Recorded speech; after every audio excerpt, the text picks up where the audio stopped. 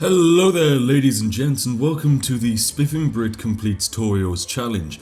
Now, he originally sent me this challenge a few weeks back, but only now have I really gotten round to actually finishing it off. Now, it did take me kind of longer than I was hoping for, but don't worry, we can get into that when we start the game. Now, if you want to go check out Taureor's perspective and how he handled the challenge I gave him, which was only military factories and no civilian factories challenge, then honestly, I'll leave a link down in the description. It is well worth a watch. He tackles it in 3 different ways, all with varying degrees of success, and it's a very good video from him. Also, he's recently crossed the 50k mark, so congratulations to him. Man, just round of applause, ladies and gents. Oh, I'll even have a sip of tea for him because he's done so well for that. He also sings a song Katusha for his 50k celebration video, which I personally think is brilliant. That is amazing.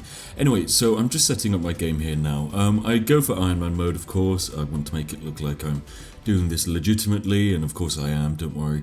I didn't really use any exploits per se, other than the blatant overpowered exploit of the AI, because I mean the AI is it's good, but there's some pretty big fundamental issues with it, which is that if you really there's so many ways that you can just downright beat the AI without even really trying, and the only times that I really find myself losing to the AI is when the AI does something like I don't know, surprise naval invasion of an ally, and I've got to go and help out, and that's really annoying because I mean, come on Italy, hold your borders for once, for Christ's sake. Oh well. But yeah, some interesting stuff does happen with borders in this game, in that all of Italy eventually ends up controlling.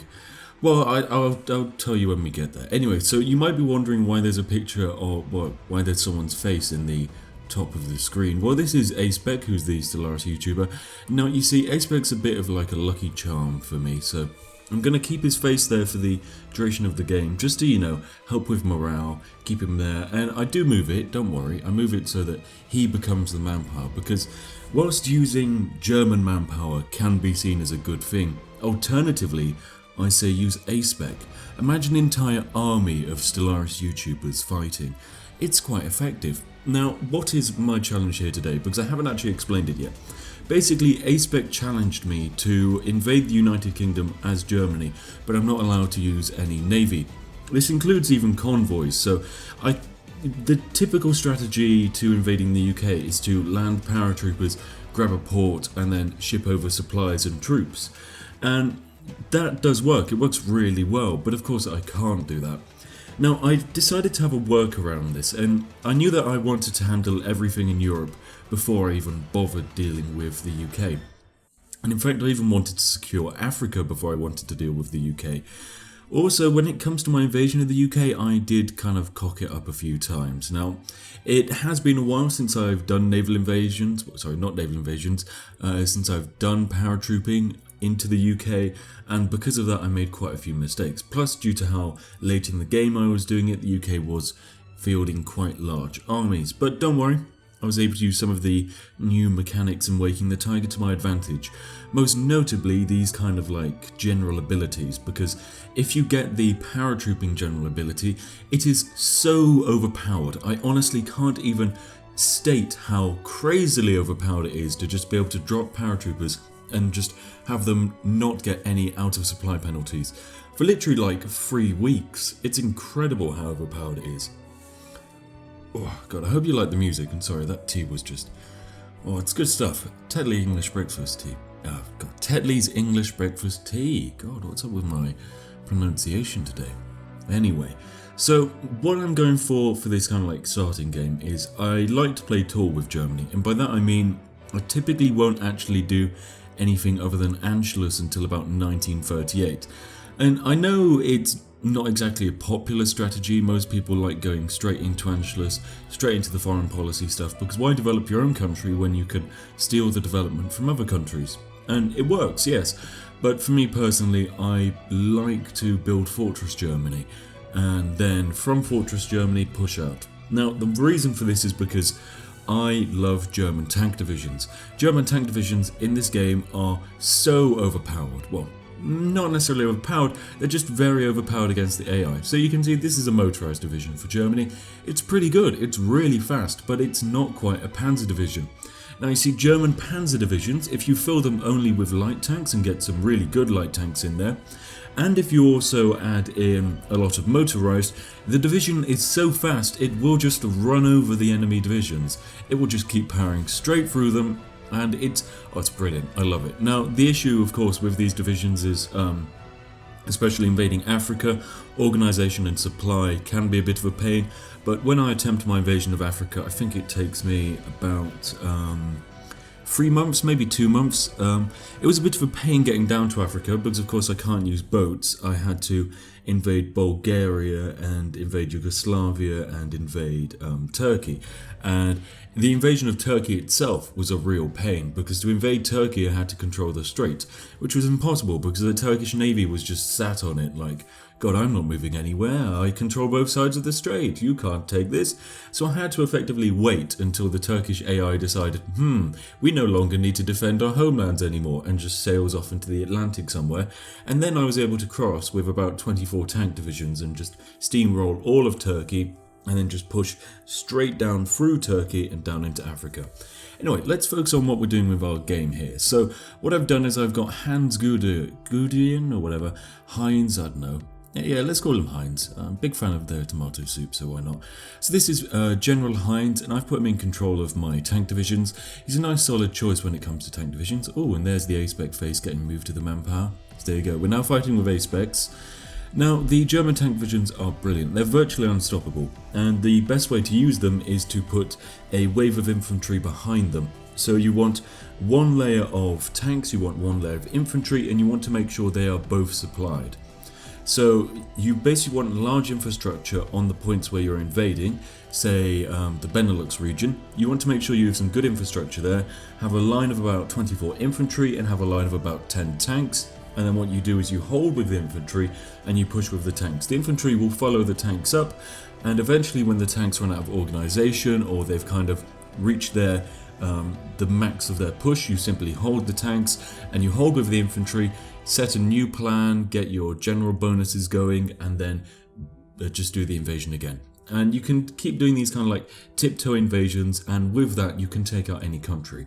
It's quite overpowered how it is because the infantry is very defensive, it's got anti-tank, and your tanks are just unstoppable. Anyway, this is when I decided to start the time-lapse, because of course the game did take me probably about 6 hours IRL, so I felt that, you know, it was probably a good idea if I sped it up for you. And yes, I did put Lewis Brindley of the Yorkscast down in the bottom left of the screen because, you know, why not? Anyway, I'm now going down my German economic policies. I love them. Now this is where something interesting happened. I sent my forces to help out in the Spanish Civil War. I do kind of the best things I could and just try and encircle as many little caught-out divisions as I can, but the issue is the Spanish AI for some reason just dies. There's honestly nothing I can do. The Nationalist Spain AI was just absolutely crap. They lost so many divisions and I don't even know how. Like, it reached a point where near the end it's like the Nationalist Spain is like 10 divisions against the 30 of the Republican Spain.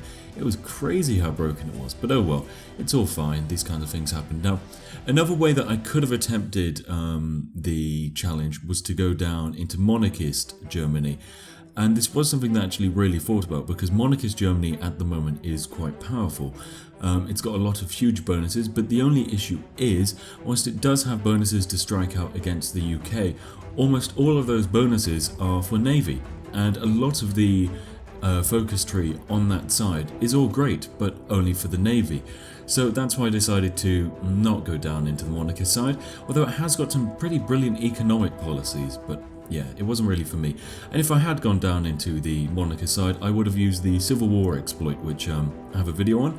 I'll make it appear in the top right of the screen about now. So basically that exploit makes it so that you always start with the entirety of your army when in a civil war, and the opponent gets none, which is kind of overpowered, some of you might say. Now what I also like to do when I play Germany is I like to align Hungary and Romania and then do the focus tree that makes them both puppets. It gives you a nice source of troops, lots of infantry, and especially Germany, which is a nation that sometimes struggles with manpower, it's really useful. And what you do is you basically take some of the Romanian divisions, because they have a lot of manpower, And the Romanians start with a division which is very weak. It's not good for attacking, but it's brilliant for suppression. And so you just build up using their manpower, and with that division, that's how you hold your lands, that's how you hold your ports, and it's great, it's absolutely wonderful. Now I think Italy now joins my faction, and this is when I start preparing for Czechoslovakia. I of course won the Sudetenland, and then the fall of Czechoslovakia is about to happen, and when it does, I kind of split it between myself and Hungary. I like having a bit of a powerful Hungary because, you know, you never know what's going to happen with Hungary, and the answer is not much. Anyway, so the invasion of Poland for me was quite easy. There wasn't much of a challenge to be had, and you might notice at this point I'm now up to about 140 divisions. As Germany, you should never really find yourself having to build more than 200 divisions, unless you're counting suppression divisions. Now, with this invasion, it was really easy. I had a whole lot of Ju-88s and Ju-87s just set up ready to support the tanks. Now, if you're kind of new to the game and you want to know how to invade a country, especially use armor and use a lot of close air support, especially as Germany, because they are so overpowered. Close air support as Germany is brilliant. Anyway, this is my invasion of France. It's very easy. I'll actually slow it down for you so it makes a bit more sense.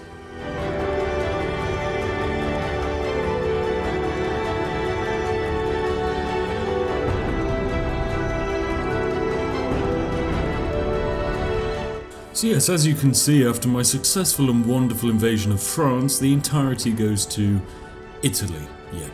And there's nothing really I can do to fix that, and it's around this time that I start noticing a huge glaring issue in my fortress Germany, and that was that I didn't invest in synthetic refineries enough. I have a huge oil and rubber shortage, and as a result I'm not able to build up any more tanks or planes, which is going to be a problem. So hence why I now start going on a beeline towards the Middle East, and of course the only way to get there is through Turkey, so I justify on Bulgaria, and I also start justifying on Turkey. There we go. Invasion of Bulgaria, quite easy, not much to fight against. And now this is kind of about the time where I attempt my first paradrop into the UK. I mean, I've only got about 5 paratroopers, so whether it's going to be successful or not is probably kind of a bit obvious to you now. And the main issue for me at the start was getting enough planes in the air to actually dominate it, because it's around this time that the US joins the war. And as soon as the US joined the war, 3,000 planes just appeared in the skies of Britain, which is really difficult to work with. And here we go, my invasion of Turkey. Very easy. Well, actually no, this is when I got my paratroopers encircled in Turkey. So what I thought the mechanic was, and I don't know why I thought this, it was all because of EU4. Now in EU4 the mechanic is that if you hold both sides of the strait, you control it so you can cross it. In this game, it doesn't matter, your navy needs to be in control of it. So I landed my paratroopers on the other side, hoping to control it, and of course it didn't. Anyway, for some reason the Turkish navy moves and my tanks are able to get to the other side, which just basically means the end of Turkey. They can't do anything. And so Turkey falls, and naturally it all goes to Italy for some reason, and I begin my invasion of Africa with my tanks, which is nice and easy. The tanks kind of split off into 2, so that's fine. I'm okay taking Northern Africa, no problem with me.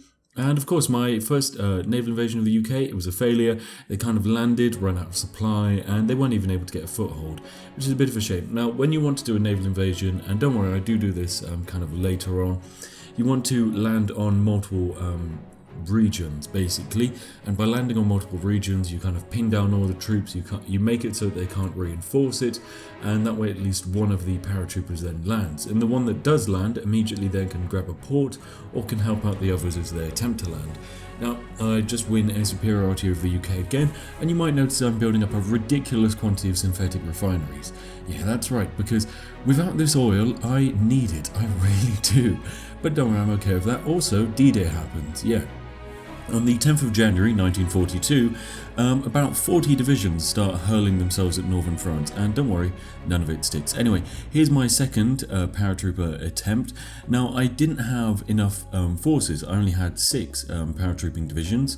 Now, my paratrooper divisions are, of course, 20 width, so they're not terrible, but it was the issue of landing them on the UK provinces. The main bulk of the force got caught by an infantry, and the one that didn't wasn't able to help out. It just simply wasn't powerful enough. So I decided that maybe I just straight up don't have enough divisions to help out with this paratroop invasion. So what I do is I start researching ways to get more special forces, and this is my proper invasion of the UK. Now I have about 6 different orders here, all for the invasion.